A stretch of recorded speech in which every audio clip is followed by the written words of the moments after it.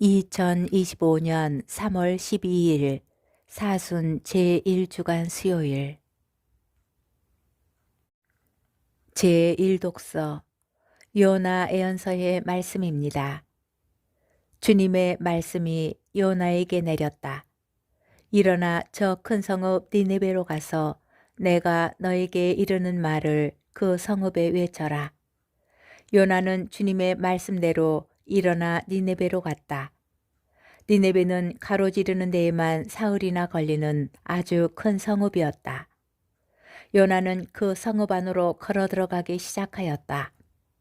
하룻길을 걸은 다음 이렇게 외쳤다. 이제 40일이 지나면 니네베는 무너진다. 그러자 니네베 사람들이 하느님을 믿었다. 그들은 단식을 선포하고 가장 높은 사람부터 가장 낮은 사람까지 자루옷을 입었다. 이 소식이 니네베 임금에게 전해지자 그도 왕좌에서 일어나 겉옷을 벗고 자루옷을 걸친 다음 잿더미 위에 앉았다. 그리고 그는 니네베에 이렇게 선포하였다. 임금과 대신들의 칙령에 따라 사람이든 짐승이든 소든 양이든 아무것도 맛보지 마라. 먹지도 말고 마시지도 마라. 사람이든 짐승이든 모두 자루옷을 걸치고 하느님께 힘껏 부르짖어라. 저마다 제 악한 길과 제 손에 놓인 폭행에서 돌아서야 한다.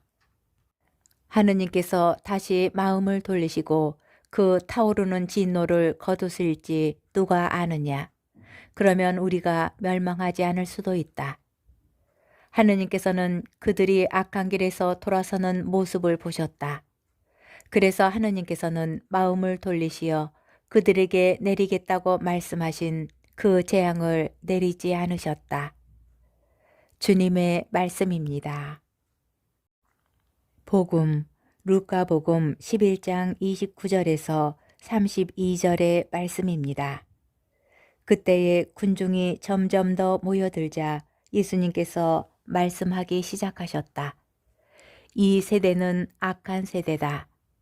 이 세대가 표징을 요구하지만 요나 예언자의 표징밖에는 어떠한 표징도 받지 못할 것이다.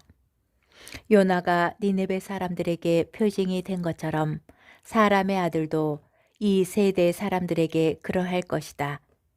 심판 때에 남방 여왕이 이 세대 사람들과 함께 되살아나 이 세대 사람들을 단죄할 것이다. 그 여왕이 솔로몬의 지혜를 들으려고 땅끝에서 왔기 때문이다. 그러나 보라, 솔로몬보다 더 큰 이가 여기에 있다. 심판 때에 니네베 사람들이 이 세대와 함께 다시 살아나 이 세대를 단죄할 것이다. 그들이 요나의 설교를 듣고 회개하였기 때문이다. 그러나 보라, 요나보다 더 큰 이가 여기에 있다. 주님의 말씀입니다. 오늘의 묵상. 오늘 복음에서 사람들은 예수님께 표징을 요구합니다. 그런데 예수님께서는 그들을 악한 세대라고 부르십니다. 그들이 예수님께서 자신들이 기다리던 메시아이신지 그리고 메시아시라면 증명할 수 있는지 시험하려고 예수님께 표징을 요구하였기 때문입니다. 그런데 예수님께서는 표징을 보여주시는 대신에 그들이 요나의 표징과 사람의 아들만을 표징으로 받게 될 것이라고 말씀하십니다. 니네베로 가라는 주님의 말씀을 듣고 요나는 주님을 피해서 도망갔습니다. 그러다 다른 사람들이 모두 물에 빠져 죽게 된 상황에서 스스로 물에 빠진 요나는 큰 물고기 뱃속에서 사흘 낮과 밤을 지내고 살아났습니다. 이 과정에서 요나는 구원은 오로지 주님의 것임을 깨닫게 됩니다. 니네베로 다시 가라는 주님의 말씀을 듣고 기꺼이 니네베로 들어간 요나는 살아있는 구원의 표징이었습니다. 그러한 요나를 만난 니네베 사람들은 기꺼이 회개하였습니다.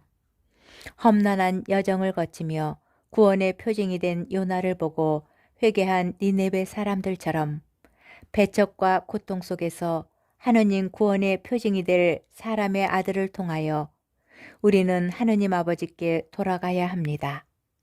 특히 오늘 복음 마지막에 예수님께서는 요나보다 더 큰 이가 여기에 있다 라고 말씀하십니다. 비록 예수님께서 표징을 요구한 이들을 악한 세대라고 부르셨지만 사실은 그들이 회개하기를 더 간절히 바라셨기 때문에 그런 말씀을 하신 것 같습니다.